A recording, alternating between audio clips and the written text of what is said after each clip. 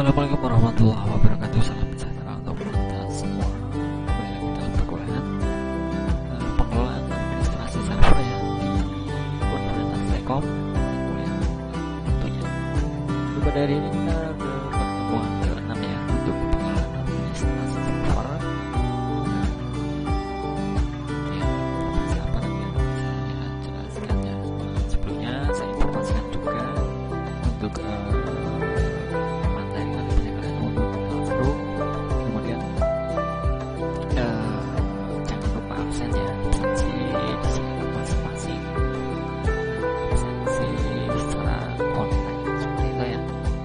seperti biasa juga agar kita bisa melakukan perkuliahan bersama.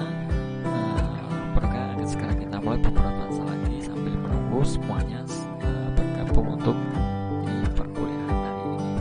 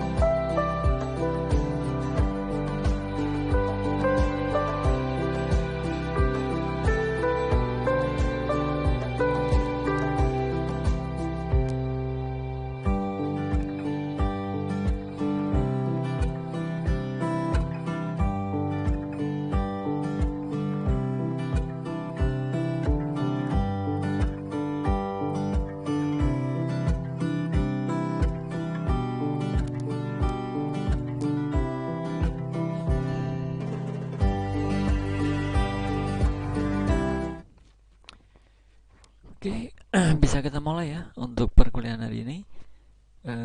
Untuk mata kuliah pengelolaan administrasi server. Pada pertemuan kali ini yang akan kita bahas nanti adalah dasar-dasar SQL pada MySQL. Saya informasikan kembali untuk setengah semester ini saya berikan full teori mengenai server ya, atau administrasi servernya. Jadi ada database-nya, nanti kemudian bahasa pembuatannya SQL pada software MySQL. Nah itu menggunakan nanti localhost phpMyAdmin ya. Nah itu sesuai dengan urutan step by step.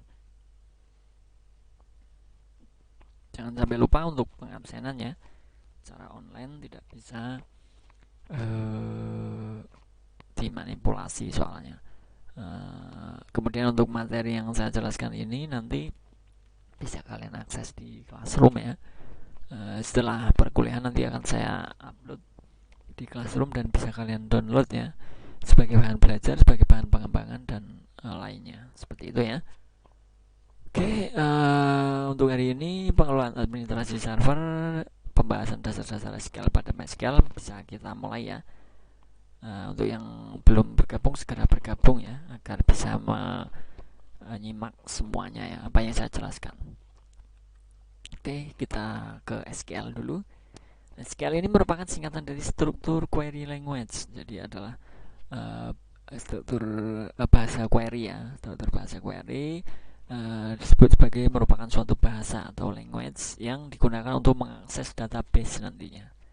Nah, SQL dikenalkan pertama kali pada IBM pada tahun 1970. Ini sudah dari dulu ternyata ya sudah menggunakan untuk bagi yang terkomputerisasi, dan sebuah standar ISO dan ANSI ditetapkan untuk SQL. Standar ini tidak bergantung pada mesin yang digunakan atau IBM, Microsoft atau Oracle.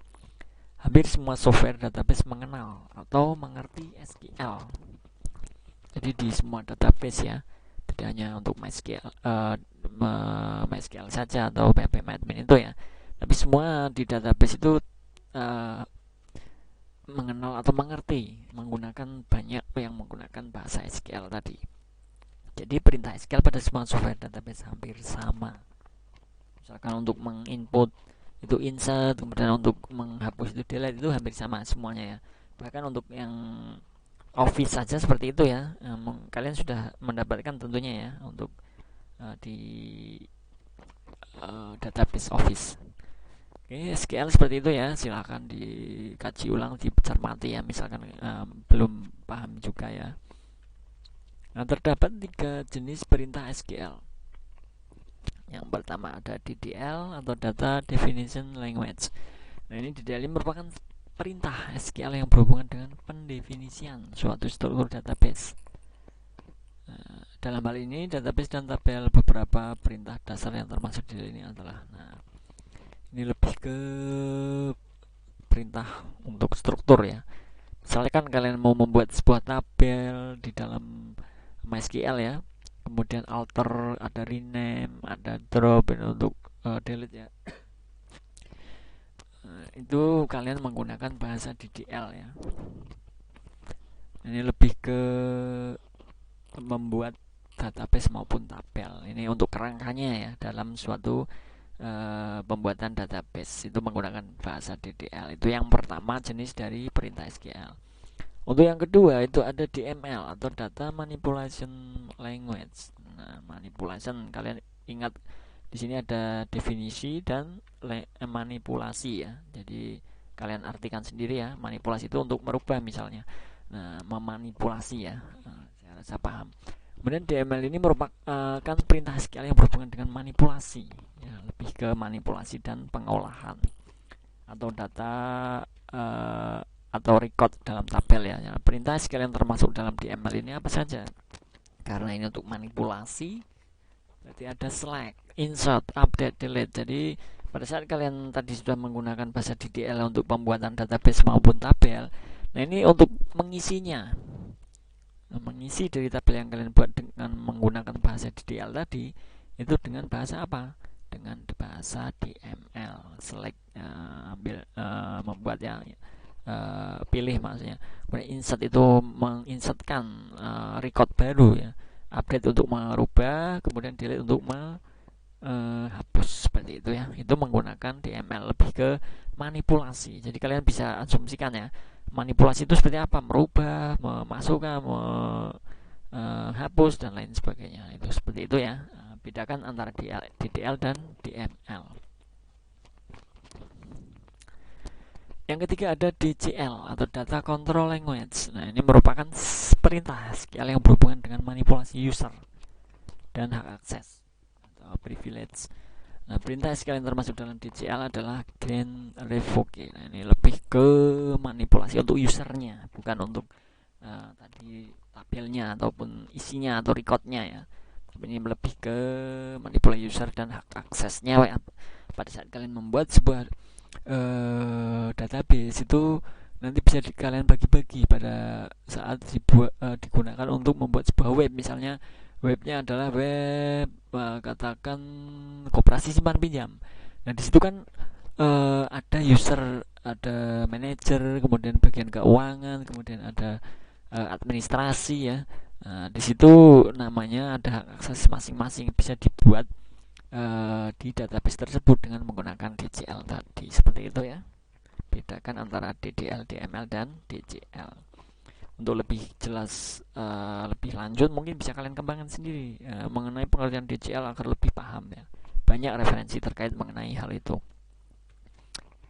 Membuat, menampilkan, membuka dan menghapus database. Ini lebih ke DML ya. Membuat database ini sintaks umum dari SQL untuk membuat suatu database adalah create database, if not exist, nama database. Jadi pada saat kalian membuat database ya, kalian berikan definisi if not exist, jadi agar nama database-nya yang sudah ada tidak bisa dibuat kembali. Ini mencegah untuk kesamaan. Nah, bentuk perintah di atas akan membuat sebuah database baru dengan nama-nama database. Karena ini bisa kalian buat pada saat kalian latihan dengan nama kalian, kemudian underscore database. Aturan penamaan seperti aturan penamaan sebuah variabel ya, dimana secara umum nama database boleh terdiri dari huruf, angka, dan underscore. Jika database yang akan dibuat sudah ada, maka akan muncul pesan error. Namun jika otomatis menghapus database selama jika sudah aktifkan option if not exist tadi ya, jadi akan secara otomatis juga bisa menghapus seperti itu.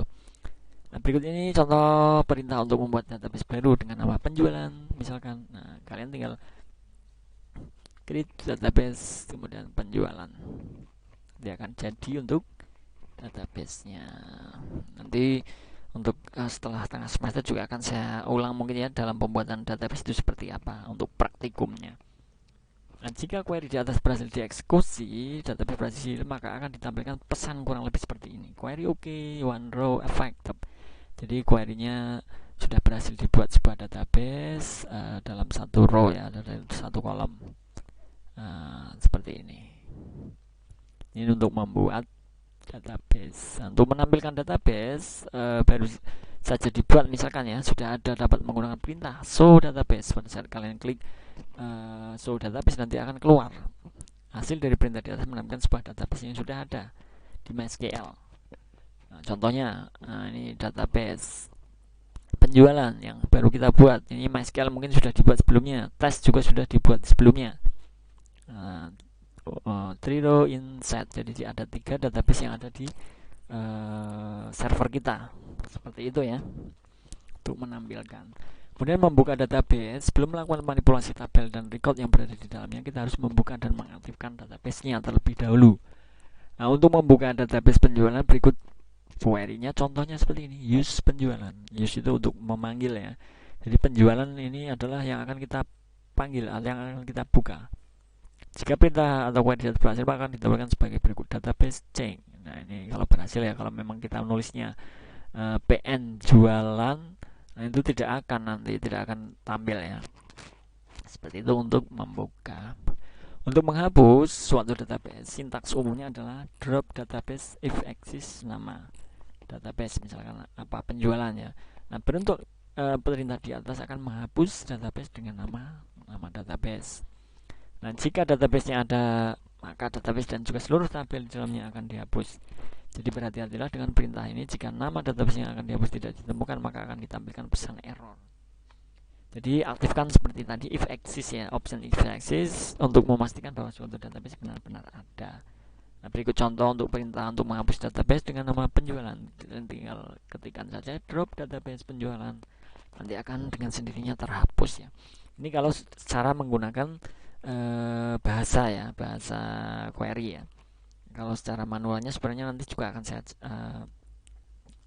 ajarkan ya, itu lebih mudah lagi, tapi alangkah baiknya kita tahu ya untuk perintah-perintah query tersebut. Jadi tidak hanya menggunakan secara mudahnya saja, sebenarnya ada lebih mudah seperti itu. Membuat, mengubah, dan menghapus tabel. Nah, ini tadi adalah database. Berikutnya adalah kita manipulasinya lebih ke tabelnya. Membuat tabel baru bentuk umum SQL ya, untuk bahasa SQL atau bahasa query-nya. Sebuah tabel sederhana sebagai berikut. Create tabel, nama tabel. Filenya berapa, tipe panjangnya berapa. Misalkan fil nama, tipe panjangnya berapa, 50 katakan. Kemudian fil 2 apa, alamat, tipe panjangnya misalkan 150. Nah, itu kalau kita secara bahasa query atau SQL. Fil tipe lainnya apa, misalkan nomor HP atau primary key-nya, yang dibuat primary key-nya nanti apa, misalkan namanya. Nah, fil key-nya apa, seperti itu, nama misalkan. Nah, bentuk umum di atas merupakan bentuk umum pembuatan tabel yang sudah disederhanakan. Penamaan tabel dan fil memiliki aturan yang sama dengan penamaan database. Ini hampir sama dengan di Office ya. Mirip sekali, bedanya sedikit-sedikit saja sebenarnya. Ini adalah untuk membuat tabel baru. Ini secara bahasa query, secara manualnya nanti saya ajarkan juga. Nah, sebagai contoh kita akan membuat tabel baru dengan struktur sebagai berikut. Ada pelanggan, nanti bisa kalian buat latihan ini ya. Nama tabelnya pelanggan, filenya apa saja, ini banyak ya. Nah, di sini kan tadi ada primary key. Nah, primary key-nya misalkan di ID pelanggan. Nah, tipe panjangnya berapa, 5, 30. Nah, ini yang di sini ya, panjangnya ya. Oke. Duh. Nah, untuk membuat tabel di atas, query atau perintah secretnya adalah seperti itu. Jadi kalian create pelanggan, karena di sini namanya pelanggan. ID pelanggan, ini adalah filenya. Fil pertama, varchar adalah panjangnya. Tipenya, tipenya ya, varchar. Kemudian panjangnya berapa, 5. Not null, kemudian nm pelanggan. Nah, di sini kedua dan seterusnya ya. Primary key-nya di apa? Kalau kalian mau taruh di ID pelanggan, berarti di sini dalam kurung kalian masukkan ID pelanggan. Nah, ini secara bahasa query-nya ya. Seperti itu ya, paham ya? Sangat mudah dipahami kalau saya rasa ini untuk hal seperti ini. Jika query untuk membuat tabel berhasil dijalankan, maka akan ditampilkan query OK. Karena untuk yang pembuatan query menggunakan query tadi ya, row effective 0,16 second. Nah, pada perintah di atas beberapa yang berdasarkan adalah create tabel merupakan perintah dasar dari pembuatan tabel. Pelanggan merupakan nama tabel yang akan dibuat. Nah, ID pelanggan, nama pelanggan ini adalah sebuah fil. Varchar dan teks merupakan tipe dari data fil tersebut masing-masing ya. Varchar, kemudian ada char, ada number, biasanya kan seperti itu ya. Ini sudah saya jelaskan sepertinya di awal ya. Benar not null merupakan option untuk menyatakan bahwa suatu fil tidak boleh kosong pada saat kalian membuat. Nah, di sini ya, ID pelanggan itu tidak boleh kosong, kecuali misalkan alamat atau nomor telepon boleh kosong ya. Nomor telepon misalkan boleh kosong. Dan di sini untuk nama dan ID tidak boleh kosong. Jadi kita berikan not null ya. Primary key merupakan perintah untuk menentukan fil mana yang akan dijadikan primary key pada tabel ya. 510 ini adalah tipe dan merupakan panjang maksimal dari suatu filenya masing-masing ya. Sesuaikan dengan kebutuhan agar nanti database tidak terlalu berat. Nah, untuk tipe data date and text itu juga boleh date and blob ya, panjang karakter maksimalnya tidak perlu ditentukan. Jangan lupa akhiri perintah dengan titik koma seperti ini. Seperti ini ya. Untuk terakhirnya di bahasa query, sama halnya dengan bahasa pemrograman ya. Ini kan bahasa pemrograman juga. Seperti itu ya. Nah, selanjutnya untuk melihat tabel mahasiswa sudah benar-benar sudah ada, belum ketikan show tabel. Nanti yang kalian buat apa? Perintah di atas merupakan menampilkan seluruh tabel yang sudah ada dalam suatu database. Contohnya dari perintah show tabel ini ya. Yang kalian buat itu apa? Tabel in penjualan pelanggan misalkan untuk tabelnya ya. Nah, ternyata baru saja membuat tabel satu tabel saja. Nah, di situ bisa kita lihat. Seperti itu ya, paham ya?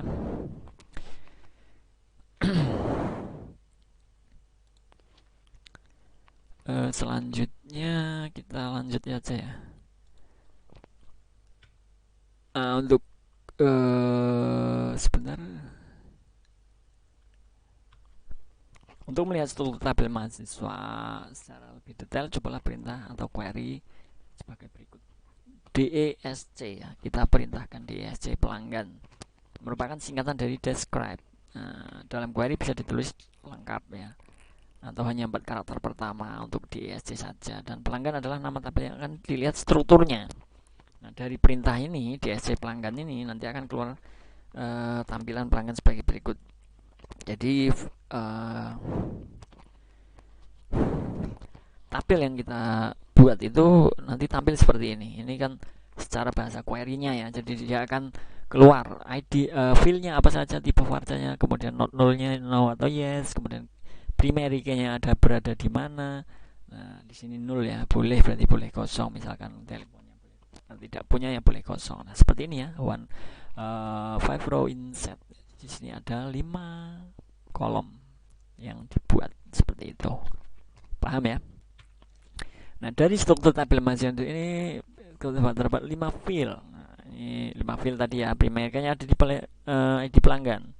Lihat kolom key pada field ID pelanggan. Untuk field ID pelanggan ini adalah defaultnya tidak boleh kosong, makanya ada null dan default pada field ID pelanggan, nama pelanggan not null ya. Nah, untuk field alamat ini defaultnya boleh kosong, kolom null. Default file nama yang ini adalah not null tadi ya, salah ya. Oke, seperti itu ya, seperti yang tadi saya jelaskan. Mengubah struktur tabel dengan alter. Nah, ini untuk mengubah ya, alter itu mengubah. Untuk mengubah struktur tabel, bentuk perintah SQL-nya adalah alter tabel, nama tabel yang akan kita ubah, alter option yang kita buat nama kedua. Nah, di mana tabel merupakan perintah dasar untuk mengubah tabel. Nama tabel merupakan nama tabel yang akan distrukturnya. Alter di sini ada nama dan alter ya. Ini merupakan perubahan tabelnya, mau diberi nama apa. Ada add definisi field baru, kemudian option ini digunakan untuk menambahkan field baru dengan definisi field baru, nama field, tipe, dan option lainnya. Ada add index, nama index, kemudian ada add primary key, change, modify, drop. Ini silahkan rename to nama tabel baru. Untuk mengganti tabel ini silahkan dipelajari ya, untuk lebih kalau kurang lebih jelas silahkan ditambahkan sendiri. Jadi materi yang saya nanti buat itu dikembangkan ya, jangan hanya dibaca saja. Kalau itu saya memberikan poin-poinnya saja, mungkin secara garis besar, nanti untuk lebih detailnya kalian kembangkan sendiri. Beberapa contoh variasi perintah alter di sini kita lihat untuk merubah struktur suatu tabel ya. Alter tabel pelanggan ID, tanggal lahir, date not null. Nah, ini untuk menambahkan field tanggal lahir pada saat kita sudah membuat sebuah tabel ternyata tanggal lahirnya ada ketinggalan, kalian bisa menambahkannya. Alter tabel pelanggan edit add tanggal lahir. Nah, ini add tanggal lahir ini add untuk penambahan satu lagi ya. Date not null, berarti tidak boleh kosong misalkan. Untuk menambahkan primary key pada suatu tabel, alter tabel pelanggan add primary key ID pelanggan, misalkan ke ID pelanggan tadi belum dikasih primary key, bisa kalian tambahkan di saat tabel sudah terbuat. Untuk mengubah tipe field tanggal lahir menjadi varchar dalam tabel pelanggan misalnya, ternyata kita salah tadi untuk inputannya, misalnya alter tabel pelanggan modify tanggal lahir varchar 8 not null. Nah, ternyata tadi kita menginputkannya kalau kita mau ubah menjadi 8 seperti itu untuk sintaks dari SQL-nya. Untuk menghapus field tanggal lahir dari pelanggan, alter tabel pelanggan drop tanggal lahir. Nah, ini berarti tanggal lahir sudah kita hapus kembali. Seperti itu ya. Bisa kalian praktikkan nanti, dicoba di rumah ya masing-masing. Untuk mengubah nama tabel dapat menggunakan perintah SQL juga ya. Rename tabel pelanggan to PLG, alter tabel pelanggan rename to pelanggan. Jadi perintah di atas akan mengubah tabel pelanggan menjadi PLG dan sebaliknya, seperti itu ya. Ini hanya untuk rename tabelnya to PLG, kemudian alter tabelnya rename to pelanggan misalnya, untuk merubah kembali.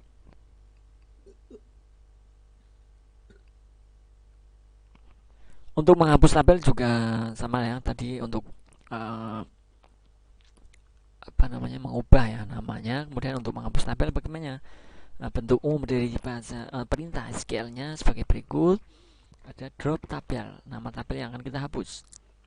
Contohnya kita akan menghapus tabel dengan pelanggan tadi ya, maka perintahnya adalah drop tabel pelanggan. Nanti akan secara otomatis langsung terhapus seperti itu. Selesai ya untuk pertemuan hari ini mengenai dasar-dasar SQL dan yang ada pada MySQL. Saya rasa cukup jelas, sudah saya jelaskan secara detail ya. Nah, sekali lagi saya katakan untuk materi yang dari saya ini adalah ya, ibaratnya poinnya atau garis besar, silakan dikembangkan masing-masing ya, dikembangkan sendiri mengenai yang sudah saya jelaskan. Agar lebih jelas, saya pengen tahu apa sih itu untuk perintah SQL, misalkan untuk drop tabel ya, saya lihat dulu di referensi terkait ya. Ternyata lebih jelasnya seperti ini. Jadi nanti kalian akan lebih jelas untuk penerimaan dari saya. Misalkan yang masih ada yang masih ngambang, kok saya belum paham ya mengenai hal ini, silakan dikembangkan, itu sebagai PR kalian ya. Jadi agar berinovasi sendiri, inovasi ya, benar ya. Oke, seperti itu ya untuk bahan materi. Silahkan kalian download di Classroom nanti untuk bahan pengembangan ataupun belajar tentunya ya. Dan apabila ada yang mungkin perlu dipertanyakan, silakan ditanyakan ke kontak saya seperti itu untuk mengenai dasar SQL tadi yang sudah saya jelaskan seperti itu ya. Oke, saya rasa cukup. Mungkin nanti kalau ada pertanyaan ke kontak saya saja, tidak apa-apa ya, agar lebih cepat untuk responnya. Untuk perkuliahan hari ini, pengelolaan administrasi server ya, Universitas Telkom, sub tema ataupun pembahasan yang kita bahas adalah tadi dasar-dasar SQL pada MySQL, sudah saya jelaskan secara detail ya. Silakan kaji ulang, dipelajari kembali ya, apa yang sudah saya berikan. Jadi nanti pada saat ujian itu tidak geragapan ya. Nanti sudah paham, ternyata untuk bahasa SQL untuk alter tabel itu apa, kemudian untuk drop tabel itu apa, dan lain sebagainya. Itu bisa kalian pahami dengan mudah ya, tanpa nanti membuka catatan pada saat ujian tersebut. Oke, terima kasih untuk teman-teman semua yang sudah hadir dalam perkuliahan hari ini ya, dalam mata kuliah pengelolaan administrasi server untuk Universitas Telkom dalam perkuliahan online ya, masih online karena memang peraturan dari pemerintah masih seperti itu ya. Jadi kita mengikuti apa yang sudah dianjurkan oleh pemerintah. Oke, saya rasa sampai di sini dulu ya. Terima kasih untuk teman semua. Semoga apa yang saya sampaikan bisa menjadi tambahan wawasan ataupun pengetahuan kita mengenai SQL pada MySQL ya. Jadi bisa menambah wawasan dan juga nanti bisa kalian kembangkan kembali apa yang sudah saya jelaskan, bisa dipelajari kembali juga. Terima kasih. Saya akhiri, wassalamualaikum warahmatullahi wabarakatuh. Salam sejahtera untuk kita semua. Selamat belajar, selamat beraktivitas. Terima kasih.